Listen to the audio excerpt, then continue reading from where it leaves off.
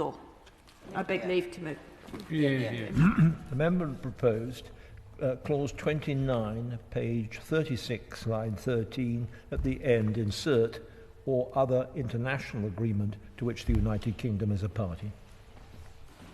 My Lords, I rise to speak to a number of amendments in this group which stand in my name, namely 98A through to H, and clause 33 stand part and clause 34 stand part, which are motions standing in the name of the noble Baroness Lady Ludford, to which I have added my name. I'm also grateful for the support of the noble Baroness Lady Lister of Bertiset to each of these amendments and the clause stand part motions. They are a coherent suite of emotions. They do one thing, but they are necessary to do it through a whole section of the bill, which is essentially clauses 30 to 36, which stand together as a form of deprivation. I'm grateful to Amnesty for assistance in drafting these clauses, and as I'm also grateful, I think I should say, I want to say right at the outset, to my noble friend Lord Murray, the Minister, for the time he has given to a meeting in advance for us to discuss them. My Lords, the essence of what is happening here is that the bill has a two-step deterrence mechanism. The bill is frankly and openly deterrent. It's designed to deter people from setting off on a certain course. The first step in that deterrence, and to my mind a very powerful one, is the prospect of rapid removal from the United Kingdom to another country. Coming on top of, in many cases, people having paid money to cross the channel or whatever it might be, whatever mode they arrive at, I would have thought the prospect of immediate removal would have been a very significant deterrent indeed. But the bill doesn't stop at that. In the clauses we're discussing, 30 to 36, it adds a further level of deterrent, and that is by way of a denial, a ban, on acquiring UK citizenship. And that ban itself falls into two quite distinct parts. One is a ban on acquiring citizenship by way of naturalisation, and the other is a ban on acquiring citizenship by way of registration.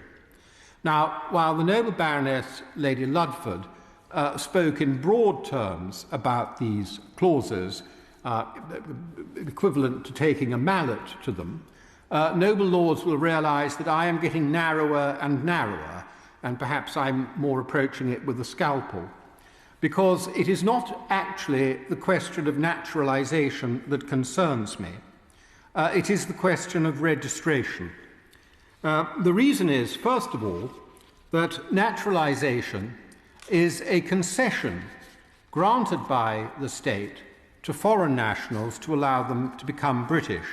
Except in very, very limited circumstances, we have no obligation internationally to grant naturalisation to people. It's entirely a matter for our Parliament here and the laws that we make. And if Parliament wishes to impose conditions on who it might allow to... Well, it's inevitable that it's going to impose conditions on who it allows to be naturalised. Indeed, we already impose conditions about passing examinations and going through certain procedures and residence requirements and so on.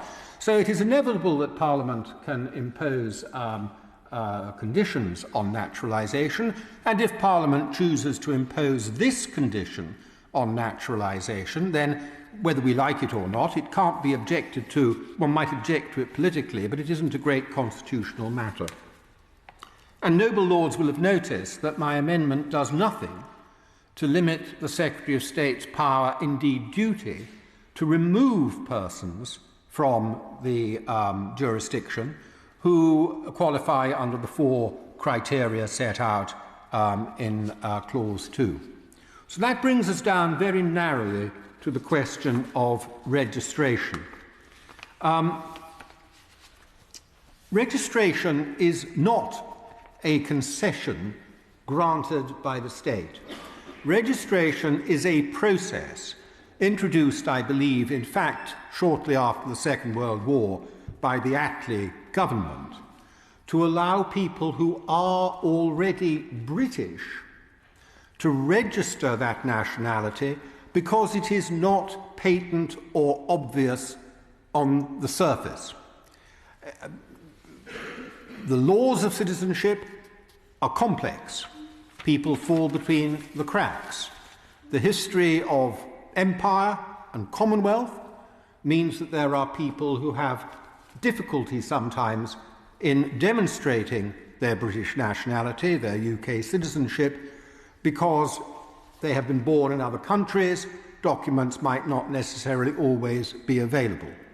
It is an evidence-based process, and so it is a matter of showing the evidence, proving the descent, providing a certain level of documentation, and then it is for the authorities to make a decision based on that evidence, on a balance, in some cases, whether the person in question is entitled to British citizenship, not whether they may apply for it, not whether it may be given to them as a concession, but whether they are in fact already British. Now, it is this process that the bill wishes to see people banned from pursuing. Not all routes to registration of British citizenship are eliminated by the bill, but four routes are specified, and each has its own clause in the bill, which is why there's a number of amendments necessary to separate them out.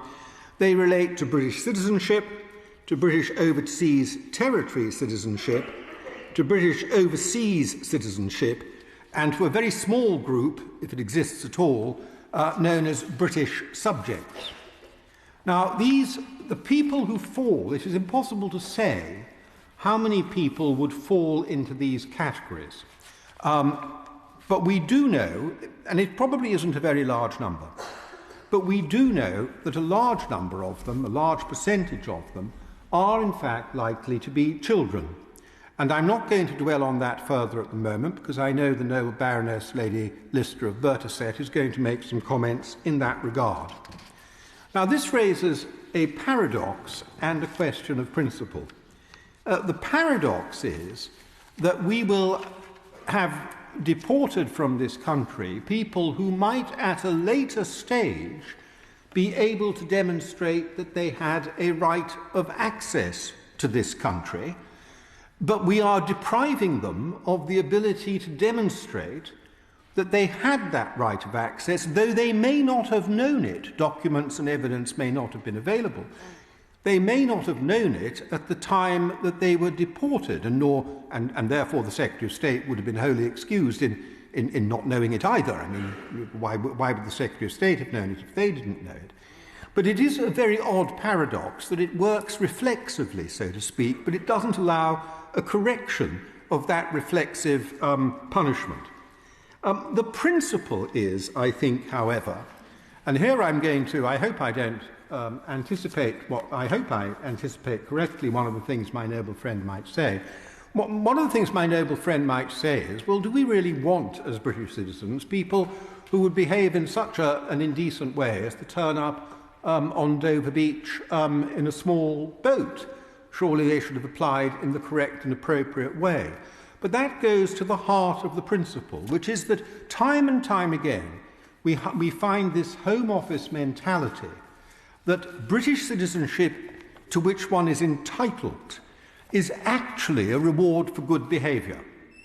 But it isn't. British citizenship to which one is entitled can never be a reward for good behaviour.